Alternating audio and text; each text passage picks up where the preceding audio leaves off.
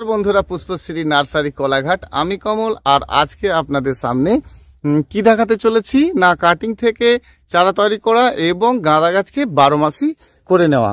তাহলে চলুন আমরা কয়েকটি বিষয় দেখি এবং জানি। ধরুন আমি কোনো গাঁদা গাছকে আবার 12 মাসি করতে চাইছি, তা সিজন যে ফুলগুলো আমরা দেখি আর কি, সিজন ফ্লাওয়ার হিসাবে যেটা জানি, সেটাকে আবার 12 মাসি করতে চাইছি। আর 12 মাসি করতে গেলে আমরা ঠিক কি কি করব।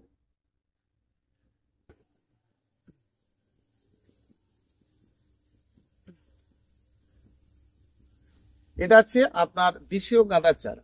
তা দেশীয় গাঁদার চারা, ফরেন সিডস এর গাঁদার চারা, মানে আমরা ফরেন সিডস আর অফিস সিডস বলতে কি বুঝি? প্রথমে তো চলে যেতে হয় আমাদেরকে ফরেন সিডস এর গাঁদার বিষয় নিয়ে, যেগুলো আপনারা আপনাদের বাড়িতে করেন আর কি। ফরেন সিডস এর গাঁদা বলতে যে Inca, French, jumbo, gold coin ইত্যাদি ইত্যাদি, এদের বিভিন্ন ধরনের ভ্যারাইটি পাওয়া যায়। এবং এই সকল যে ভ্যারাইটিগুলো রয়েছে, আর এই ভ্যারাইটিগুলোকে কিন্তু আপনারা করেন। তো এই সকল ভ্যারাইটিকে যখন আপনারা করেন, আর এদের এক একটা কোম্পানি রয়েছে, সার্টেন্স, বুর্জার, এসজি, গোল্ডস্মিথ, তেজার, নানান ধরনের আমরা যখন ফুলের এগুলো পাই, সেগুলো কিন্তু এক একটা কোম্পানির থাকে। তা মূলত যে বিষয়টা আপনাদের জানা দরকার, কাটিংস থেকে গাছের আগে যখন গাঁদা গাছকে আপনাকে 12 মাসি করে নিতে হবে, সেটা আপনি কি করে করবেন। তাহলে যে কোনো মারিগোল্ড যখন আপনি একটা টবের মধ্যে বসালেন, আর বসানোর পরে কি করছেন যে সেই গাছকেই রোপণ করার পরে দেখছেন যে মাথার উপরে একটা ফুল হলো। ফুলটা যখন হয় যে ইনকা গাঁদার বা গোল্ড কয়েন গাঁদার বা আপনার অন্য হোয়াইট মারিগোল্ডের, তা প্রথম কুড়িটাকে পিঞ্চ করে দেন, তারপরে দুটো তিনটে করে শাখা বেরোয়, তারপরে কিন্তু আবার একবার পিঞ্চ করে দেন। তো 1 টাইম, 2 টাইম, 3 টাইম যখন আপনি করছেন, ফুলের সাইজটা ছোট হয়ে যাচ্ছে। এই বিষয়টা আপনারা আমার ভিডিওর দ্বারা কিন্তু জেনেছেন। আজকে যেটা জানতে চলেছেন যে যে কোনো মারিগোল্ডকে, বিদেশি মারিগোল্ডকে, ধরুন একটা ইনকা গাঁদার গাছ আপনি রোপণ করেছেন, আর সেটাকে আপনি 12 মাসি গাঁদা করতে চলেছেন। তাহলে সেই গাঁদা গাছটির ফুল হয়ে যাবার পর আপনাকে সেই ফুলটি টুকে ফেলে দিতে হবে। আর টুকে ফেলে দেওয়ার পরে দেখবেন সাইড থেকে নতুন নতুন শাখা বেরোবে। আর শাখা বেরোনোর পরে কিন্তু আপনাকে ওই গাছটিকে রোপণ করতে হবে। কোথায় করতে হবে রোপণ? কোনো বালির মধ্যে। আর বালির মধ্যে যখন আপনি রোপণ করবেন, আপনারা অনেক সময় চিন্তা করেন যে গাছটি রোপণের পরে আমরা ঠিক শিকড় হবে কিনা। দেখুন, গাঁদা গাছ এমন একটা গাছ, খুব সহজে কিন্তু এতে শিকড় হয়। তা আমি আপনাকে বলবো, এর জন্য আপনাকে কোনো রকম হরমোন পাউডার দিয়ে রোপণ করতে হবে এরকম কিন্তু নাই। কারণ যে গাছের শেকড় হয় সেটা কিন্তু নিজের থেকেই হবে। যদি আপনি কোনো পাউডার দ্বারা, ধরুন সুরাটেক্স, স্টাটেক্স বা আপনার কাটিং এইড নামে একটি হরমোন পাউডার পাওয়া যায়, তা সেই পাউডার দিয়ে আপনি গাছ করলেন না, তাতে কিছু যায় আসে না। শুধু একটু ছাওয়া রৌদ্র জায়গাতে আপনি কয়েকটা দিন হাঁপড় দিয়ে রাখবেন। তা হাঁপড় দেবেন মানে প্রথমত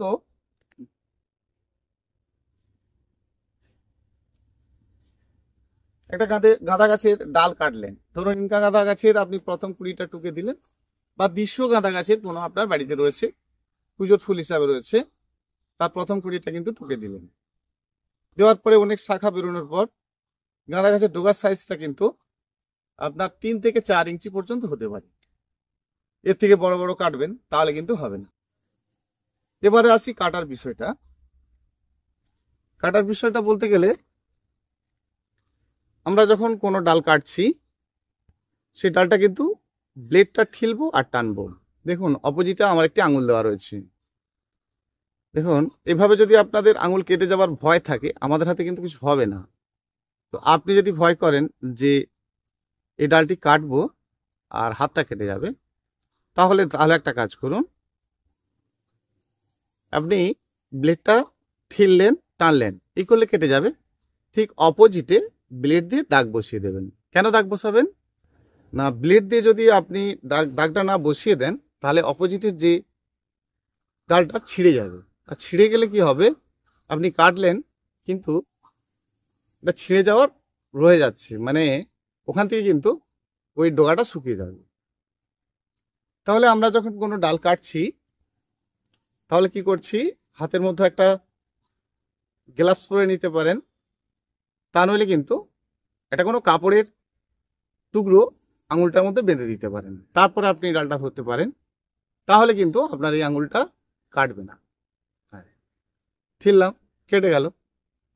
এখানে প্রশ্ন থাকছে, অনেকে ভাবছে গাঁটের গোড়ায় কাটবো, এই যে গাঁটটা রয়েছে, কেউ ভাবছে গাঁটটার গোড়াতে কাটবো না একটু নিচে কাটবো, যেখানে খুশি কাটতে পারেন, ওটা সমস্যা নয়, তবে গাঁট থেকে একটু নিচে কাটবেন।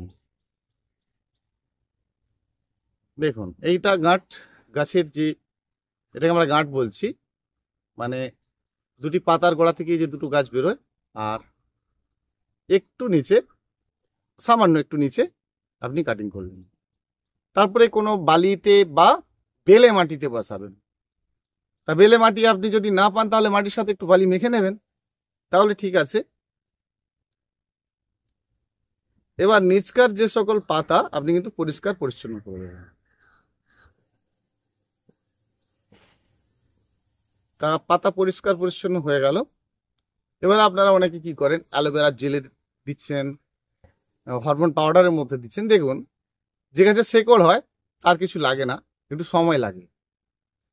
তা আপনি কোনো হরমোন পাউডারের মধ্যে দিতেই পারেন, তা সেটা বেশি না, কিন্তু অল্প, মানে 1 সেমি দিলে কিন্তু আপনার হয়ে যাবে। তারপরে সেটার মধ্যে আপনি সেটাকে জলে গুলে দিতে পারেন, বা এই ডালটাকে জলে ডুবিয়ে নিয়ে ঝেড়ে নিয়ে শুকনো পাউডার মধ্যে লাগিয়েও দিতে পারেন।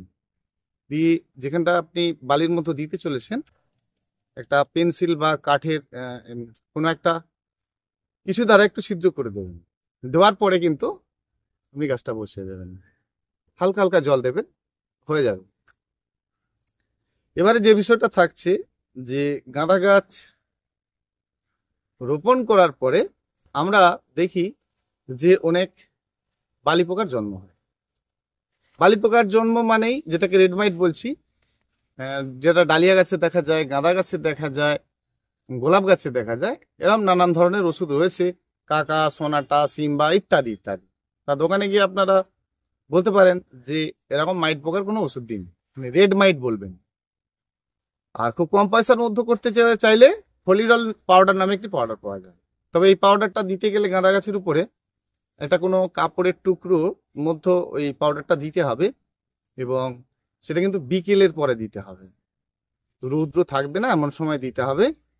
দিয়ে গাছের উপরে আপনি খুঁড়িয়ে দিলেন, মানে সেই কাপড়ের এটাকে আস্তে আস্তে একটু নাড়াতে থাকবেন, পাতার মধ্যে সাদা হয়ে পাউডারটা পড়তে থাকবে, বা জলে গুলেও দিতে পারেন। কিন্তু মনে রাখতে হবে এই পাউডারটা খুব কম দামের পাউডার, 2 টাকা 5 টাকায় পাওয়া যায়। আর এই পাউডারটা দেওয়ার পরে কিন্তু গাছকে আবার সকালে রৌদ্র বেরোনোর আগে স্নানটা করিয়ে দিতে হবে, তাহলে স্নান করে নিলে কিন্তু গাছ ফ্রেশ থাকবে। আর যদি আপনি পাউডারটা না ধুয়ে ফেলেন তাহলে কিন্তু পুড়ে যাবে, পাতাগুলো পুড়ে পুড়ে যাবে।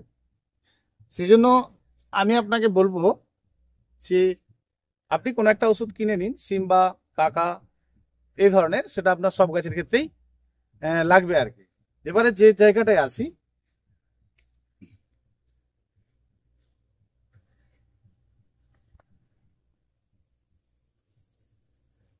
এরম ভাবে ফুলগুলো রেখে নয়, একটা বালির মধ্যে আপনি কোনো কাঠির দ্বারা ছিদ্র করে নিলেন, বা একটা পেনের, পুরানো খারাপ পেনের মতো ছিদ্র করে নিলেন। নেওয়ার পরে এই ডোকাগুলোকে এভাবে আপনারা কিন্তু কেটে দেবেন। গাঁদা গাছ যখন আপনি ইনকা গাঁদার থেকে আবার একবার কাটিং করিয়ে দেবেন, তাহলে কিন্তু বড় বড় ফুল আর হচ্ছে না। কারণ আমি একটু আগেই বললাম, 1 টাইম, 2 টাইম, 3 টাইম নয়, 3 বার পর্যন্ত যদি আপনি কাটিং করে ফেলেন তাহলে ফুলের সাইজটা ছোট হয়ে যাবে। আর তাহলেও খারাপ কেন হবে?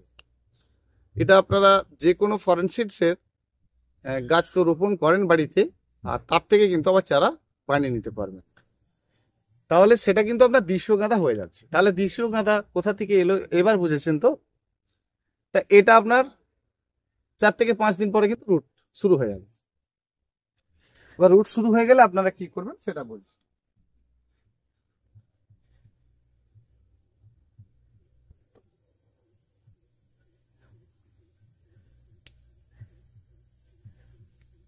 কিছুটা মাটির সাথে এই গোড়াটাকে ভালো করে কম্প্যাক্ট করে দেবে।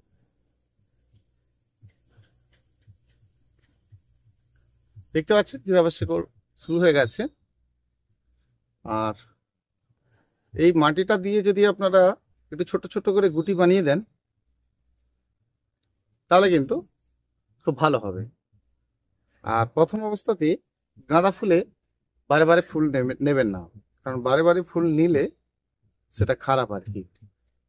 সেই জন্য আমি আপনাকে বলবো যে প্রথমত গাছটাকে এই গরমের সময় একটু কম ফুল নেবেন, আর 12 মাসে কিন্তু আপনার গাঁদা ফুল হতে থাকবে।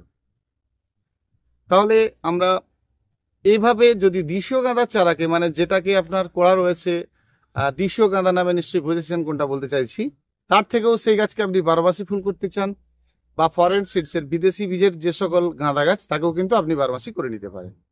আর এভাবে কিন্তু ভ্যারাইটিগুলো আমাদের এখানে আসছে। তা আপনি একটা হোয়াইট মারিগোল্ডের চারা 10 টাকা 15 টাকা দিয়ে কিনেছেন, আর তার থেকে কিন্তু আপনি আবার সেটাকে 12 মাসে করে নিতে পারেন। তাহলে সেই গাছটি থেকে আমরা ডোকা কেটে কেটে বারে বারে চারা বানিয়ে নিতে পারি। আর একবারই আপনি বীজের একটা গাছ রোপণ করলেন, আর সেই গাছটা কিন্তু কিছুদিন পরে ঠিক গরম পড়ে যাওয়া মানে মারা যাচ্ছে, সেটা কিন্তু আপনার ক্ষেত্রে হবে না। কারণ আপনি যখন ওই গাছটিকে কাটিং করে করে বারবার করবেন তাহলে কিন্তু নতুন চারা জন্ম হবে, আর 12 মাসই কিন্তু আপনারা গাঁদা ফুল পেতে থাকবেন। এভাবে যদি অন্যান্য কোনো গাছকেও করেন, সেটা আপনার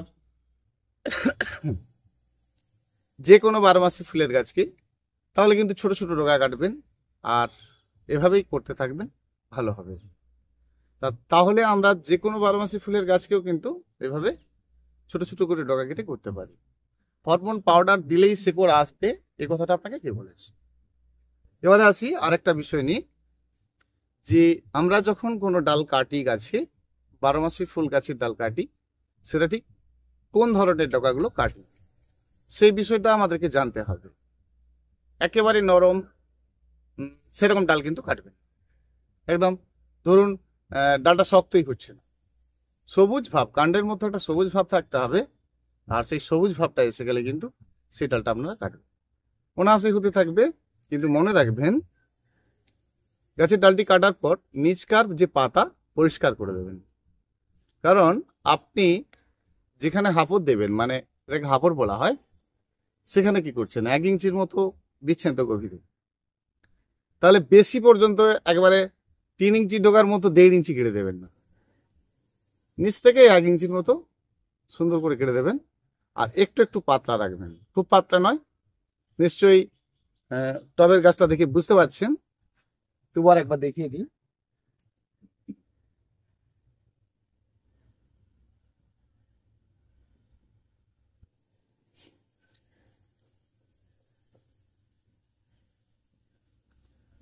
একটা টবের মধ্যে মোটামুটি 50টা ডাল দেওয়া রয়েছে, সব 1 ইঞ্চি ছাড়া ছাড়া আমরা কিন্তু ছিদ্র করেছি আর দিয়েছি। আর আমি ভিডিও করার জন্যই এই ডালগুলো কাটি না, মানে ফুলগুলো কাটি না। তবে আমি আপনাকে বলবো, যখন আপনি এটাকে হাঁপড় দেবেন, ফুলগুলো কিন্তু কেটে ফেলে দেবেন। আর ফুলের বীজ থেকেও চারা করা যায়, তার প্রসেসটা আরেকদিন দেব। আর এভাবে আপনারা যদি করেন, আপনাদের কিন্তু গাঁদা গাছ দারুণ হতে থাকবে। গাঁদা গাছ কেন, যে কোনো 12 মাসি গাছকেও আপনি এভাবে করতে পারেন।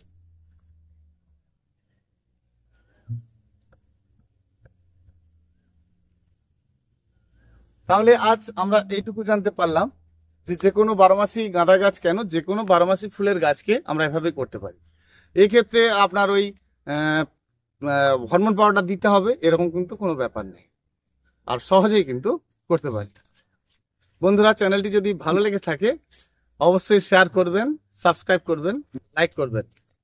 ভীষণ ভালো থাকবেন। ফোন নাম্বারটা জেনে নিন, 9609456194।